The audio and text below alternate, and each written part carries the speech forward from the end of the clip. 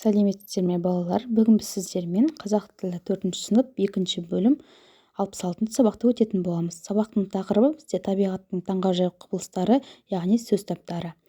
Бізде бірінші 6-шы тапсырма 6-шы жаттығу берілген. Мәтінді оқып, өзіңе түсініксіз сөздерді белгіле дейді. Алдымен мәтінді оқиық. Мәтіннің тақырыбы бізде кемпір қосақ. Қапырық ыстықтан кейін бұлт қоюланып, нөсерлетіп жаңбыр жауады. Жаңбыр басылған соң бұлт сұйылып, көкжиектен батып бара жатқан күн көрінеді. Дәл осы кезде тарап бара жатқан қара бұлттың арасынан жерге қарай иілген алып доға тәрізді кемпірқосақ пайда болады. Оның бір-бірімен жарыса тасқан 7 жолағы 7 түрге боялған. Сонда кемпірқосақ дегеніміз не?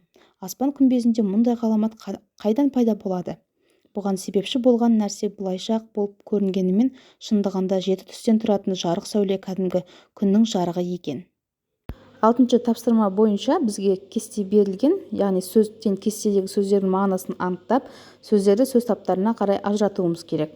Бізде сөздер берілген. Ең бірінші сөз ол қапырық. Қапырық сөзі, яғни менің білуімше, ол ыстық деген мағына. Яғни сөзден алынған сөз ыстық.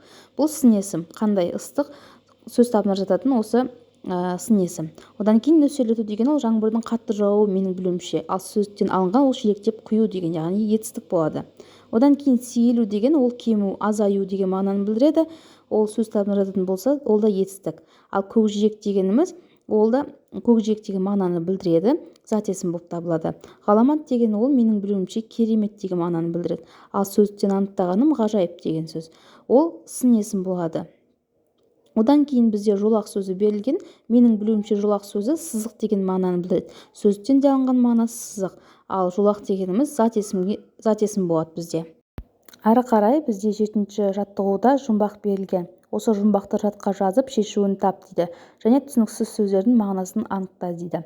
Ең бірінші жұмбақты оқиық. Жарқылдан соң жаңағы суға бөкті баралап, көкте түрлі жолақты, өрнек тұрды ғаламат дейді. Бұл жұмбақтың жауабы бізде кемпір қосақ.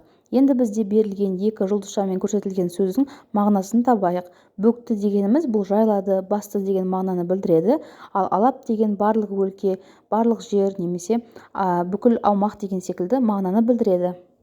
Келесі бізде 8-ші жаттығуда 6-ші 7-ші жаттығуларда берілген мәтіндерді салыстырып, ұқсастықтары мен айырмашылықтарын анықта. Қайсысы көркем мәтін, ал қайсысы ғылыми танымдық мәтін деп берілген. Енді бұл жерде бағана 6-ші жаттығуда көрсетілген кемпірқосақ деген мәтін ғылыми танымдық мәтін, ал жұмбақ көркем мәтін болады. 9-ші жаттығу келесі бізде жұмбақтар жинағы кітаптарынан төменде берілген сөздердің бірі туралы жұмбақ тауып жаз. Жазған жұмбағында сын есім, сан есім, етістіктердің қай сөзбен байланысып тұрғанын дәлелдеді. Бізде сүңгі, жаңғырық, тұман немесе бұршақ деген сөз берілген. Кез келген біреуіне жұмбақ құрастырып, яғни жұмбақ кітаптан алсақ болады. Менің алған жұмбағым былай.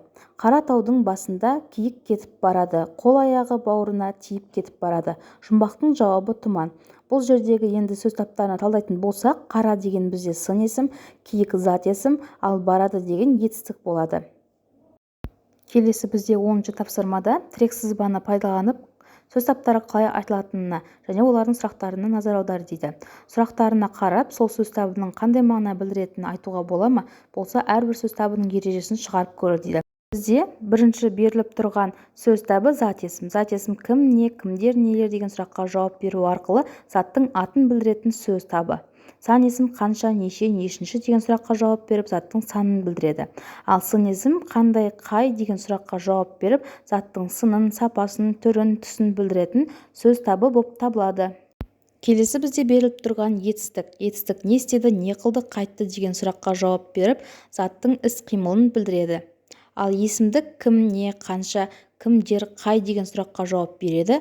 Есімдік бұл зат есім, сан есім және сын есімдердің орнына жұмсалатын. Ал істеу заттың қимылы мен ісін, мезгілдік, мекендік, күй-жайын білдіретін сөздер болып, яғни сөз таптары болып табылады. Осымен балалар, бүгінгі біздің 66-шы сабағымыз аяқталды. Видеом ұнаса лайк басыңыздар. Келесі сабақтарды жоғалтып алмас үшін каналыма міндетті түрде тіркеліңіздер. Сау болыңыздар.